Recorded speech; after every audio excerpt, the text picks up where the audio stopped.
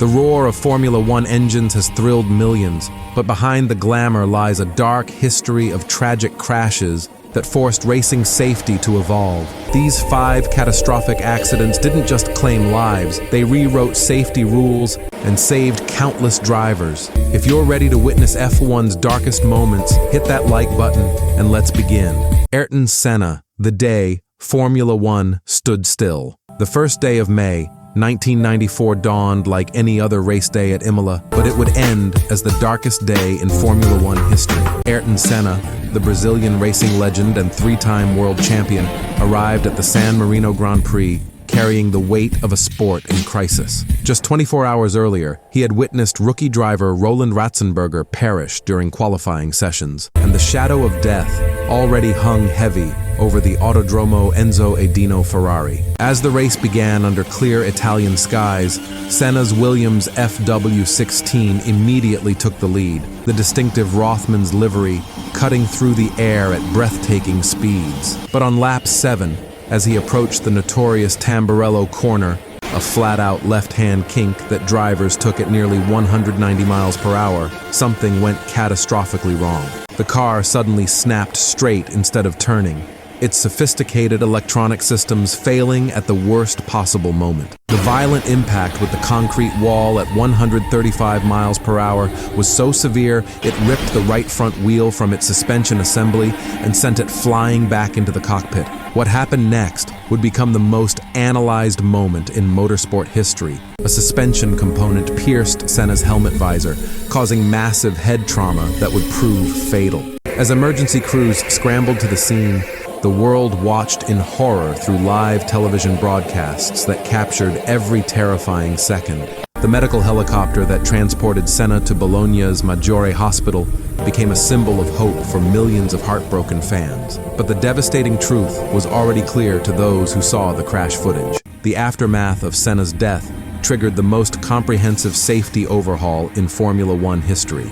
The FIA launched immediate investigations that revealed critical flaws in everything from car design to track safety. The Williams team faced manslaughter charges in Italy, while the entire sport confronted its dangerous culture of prioritizing speed over safety. The legacy of that terrible day includes mandatory head protection, redesigned cockpit survival cells, circuit modifications worldwide, and dramatically improved medical response protocols that have since saved countless lives. But beyond the technical changes, Senna's passing marked a philosophical shift in how Formula One approaches danger. The safety at all costs mentality that defines modern Grand Prix racing was born from the rubble of that crashed Williams at Tamburello.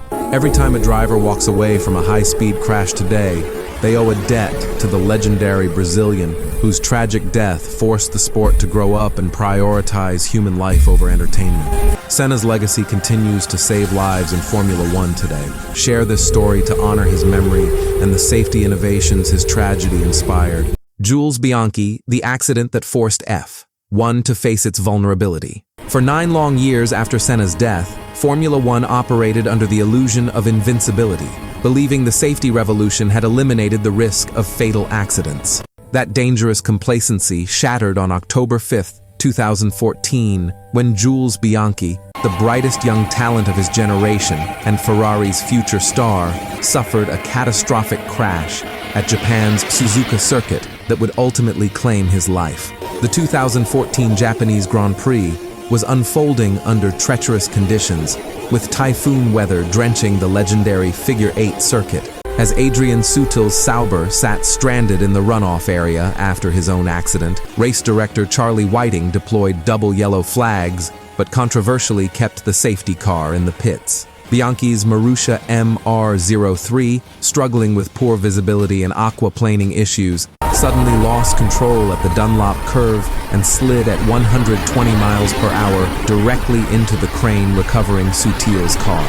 The brutal impact between Bianchi's open cockpit and the heavy recovery vehicle created forces equivalent to a head-on collision at 60 miles per hour, causing diffuse axonal injury, the same type of brain trauma seen in violent car accidents. For 9 agonizing months, Bianchi fought for his life in hospitals, becoming the first F1 fatality since Senna and proving that even the sport's advanced safety systems couldn't protect against every scenario. The investigation into Bianchi's crash exposed multiple systemic failures: the delayed safety car deployment, the inadequate protection for recovery vehicles, the insufficient driver head protection, and the dangerous decision to race in such extreme weather conditions. The most controversial outcome was the introduction of the Halo, a titanium cockpit protection system that drivers initially hated, but has since proven its worth by saving multiple lives, including Lewis Hamilton at the 2021 Italian Grand Prix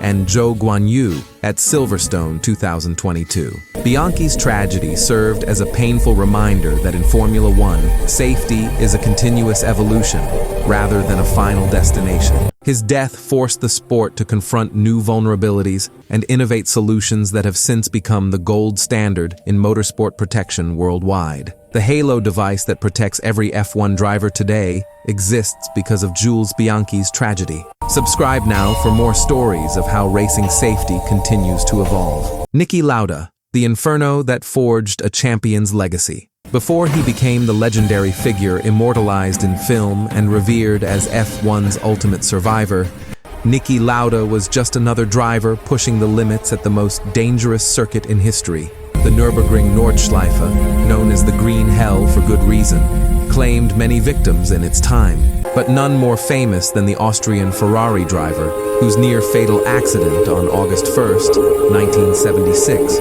would become the defining moment of his career and a turning point for driver safety. The 1976 German Grand Prix unfolded under threatening skies, with drivers debating whether to race on the 14-mile death trap in increasingly dangerous wet conditions. Lauda, then the reigning world champion, famously argued against racing, but was outvoted. On the second lap, his Ferrari 312 T2 suddenly snapped right at the Bergwerk section, slammed into an earth bank, and burst into flames before being struck by multiple following cars. What happened next became the stuff of racing legend. Trapped in the burning wreckage for what felt like an eternity, Lauda suffered third-degree burns to his head and face, inhaled toxic fumes that damaged his lungs, and watched his own funeral preparations on television, while doctors gave him last rites. But the true miracle came just 42 days later, when Lauda, his wounds still fresh and blood seeping through his fireproof balaclava, returned to race at the Italian Grand Prix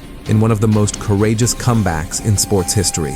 The legacy of Lauda's crash transformed Formula One safety in fundamental ways.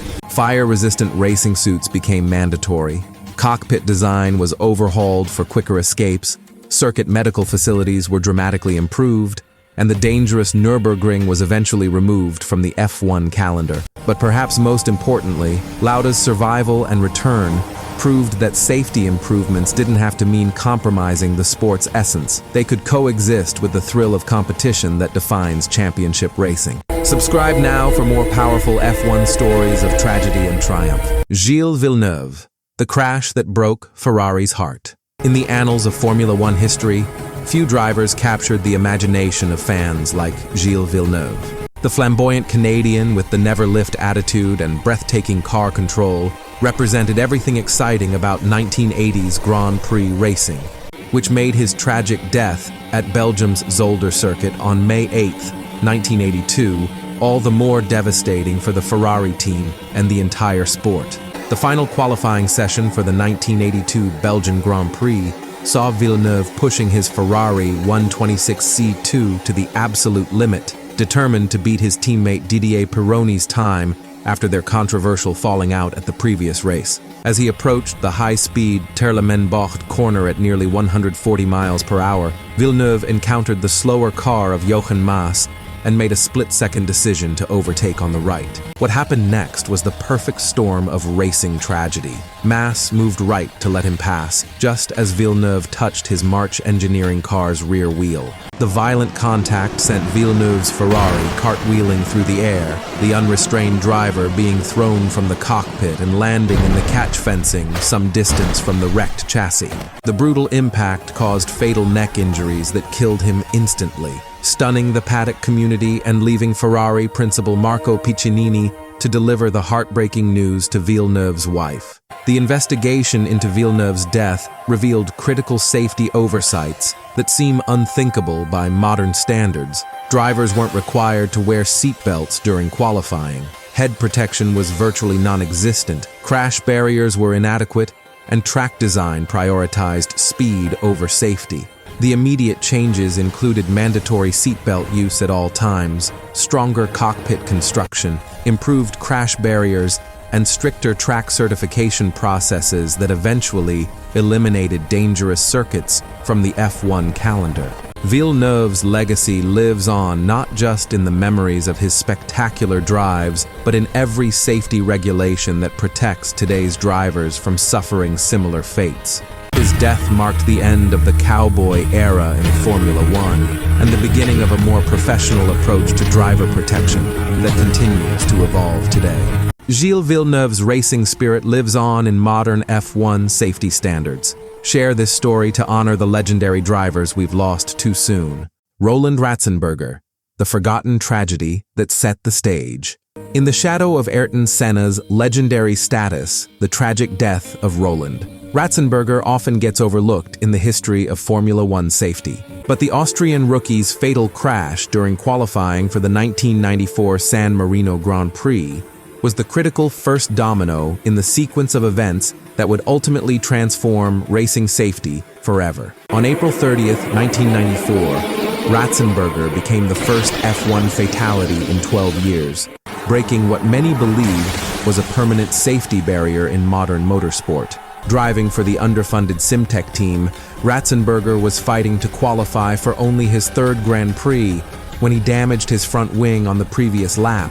Instead of pitting for repairs, a decision that might have cost him precious time in his battle to make the grid, he pressed on, determined to prove his worth in the ultra-competitive world of Formula One racing.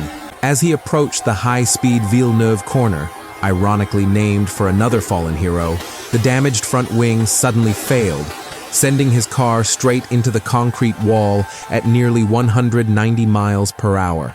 The brutal impact caused multiple injuries, including a basilar skull fracture that would prove fatal, the same injury that would claim Senna's life just 24 hours later. While the world focused on the Brazilian legend's tragedy, Ratzenberger's death exposed the same systemic safety failures that would be revealed in the Senna investigation. Inadequate car inspection procedures, poor track design at high-speed corners, insufficient medical response planning, and a dangerous culture that pressured drivers to take unreasonable risks. The changes triggered by Ratzenberger's death began even before Senna's crash. Stricter car inspection rules, immediate circuit modifications at dangerous corners, enhanced medical facilities at tracks, and better safety car procedures.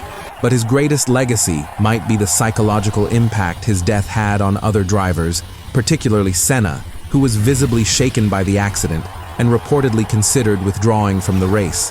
While history remembers the 1994 San Marino Grand Prix, primarily for Senna's tragedy, the double fatalities that weekend created a perfect storm of public outrage and institutional pressure that forced the most comprehensive safety overhaul in motorsport history.